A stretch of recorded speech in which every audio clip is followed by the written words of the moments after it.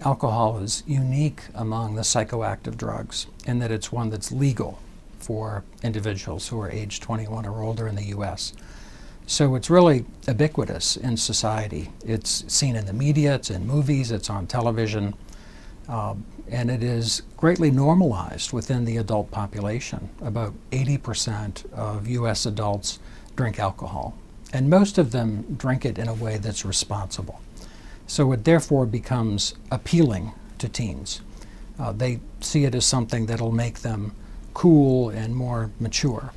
There's also a natural curiosity about alcohol as an intoxicant. So teenagers experiment with many things: dress, hairstyles, and the use of alcohol becomes another thing for them to experiment with.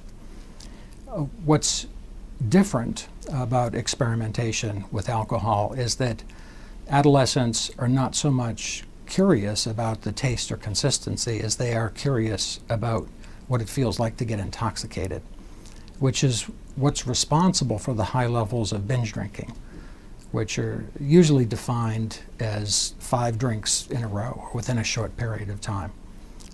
Adolescents also are inexperienced drinkers, so they don't know how much alcohol it takes to get intoxicated or how much they can drink during a reasonable period of time. So there's always the danger of them unintentionally overdosing themselves with alcohol when they first start drinking.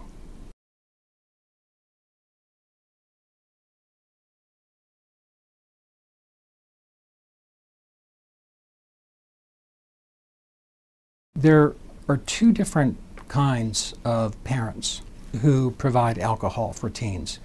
And these are very distinct types of behaviors, and I think that they need to be separated. There are some parents who believe that it's okay for their teenage children to have a drink of alcohol at a social or religious event, for example, a wedding or a glass of wine with a family dinner. And there's no evidence that that kind of provision of alcohol is harmful to teenagers. In fact, one study showed that that may be protective because it removes the forbidden fruit mystique of alcohol for young drinkers. On the other hand, there are parents who provide mass quantities of alcohol for their teenagers and their friends to drink at parties. That's enabling behavior. It's very dangerous, and it's illegal in many jurisdictions.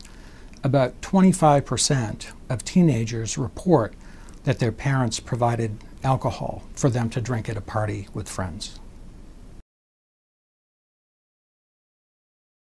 I think that there are some parents who are doing this because they want to seem cool to their own teenage children and to their friends, and think it's more important that they become a so-called friend to their teenagers. Teenagers already have lots of friends.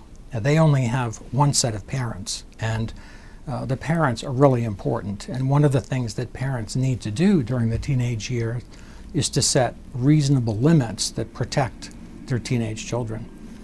However, we don't have studies on this, but my belief in speaking with parents over the many years in my career is that most of those who provide alcohol to their teens to drink at parties think that they're protecting them.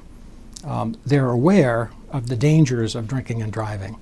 And so they often will say, I'll provide alcohol for you and your friends to drink in our home, and I'll take away all the car keys, and your friends will have to stay here overnight or have someone else give them a ride home.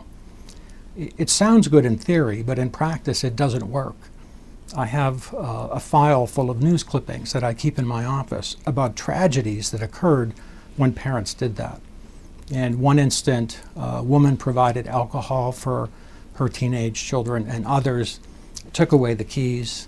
There was a lake behind her house, and 3 of the teens took a canoe, went out on the lake, and they drowned. Another instance, a teenager fell down a flight of stairs and broke her neck after drinking in a home. In another case, a child became intoxicated at one of these events, was walking home, and was struck by a vehicle walking home and killed as a result of being intoxicated. So some of the parents are well-intentioned, But what they don't understand is they're really increasing the risk for these children despite their best efforts.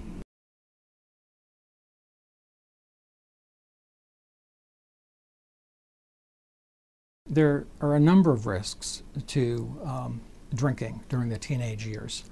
Teenagers are inexperienced drinkers, and they generally have low degrees of tolerance to alcohol, which means that they tend to consume large amounts of alcohol over a short period of time to see what it feels like to get intoxicated, and they can become dangerously intoxicated or develop what's known as alcohol poisoning, a medical emergency that will land them in the emergency room.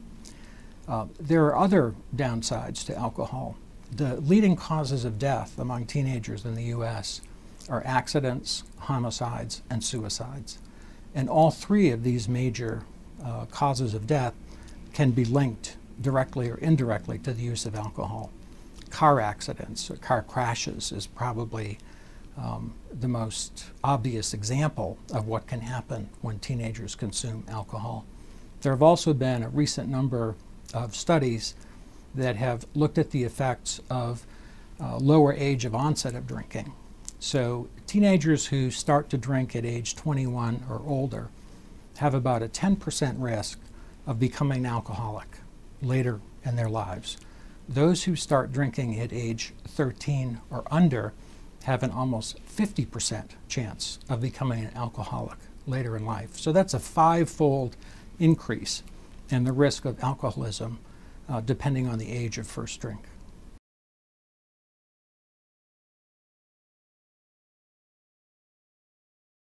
Most teenagers are going to be exposed to this risk at some time during their high school careers. They're going to be invited to another teen's home where alcohol will be provided. One thing that parents need to do with their own children is, if their teenage child is invited to a party, they need to call ahead and speak with the parents and make sure that they're going to be home at the time of the event, and to make sure that they're not going to be allowing alcohol to be present or any other drug. Even when parents do this, there have been instances where the host parents have said, "Sure, I'll be home, don't worry about it," and they have lied and then not been there, and alcohol and or drugs, have been present at the party. So parents need to have conversation with their own teenage children, letting them know that they can call them any hour, day or night, to get safe transportation home from a party, and that there'll be no questions asked that evening. They get full immunity with that phone call. And the teenagers have to agree with their parents that if they're in that situation, they will call for a safe ride home rather than staying at the event or allowing someone else who may have been drinking to drive them home.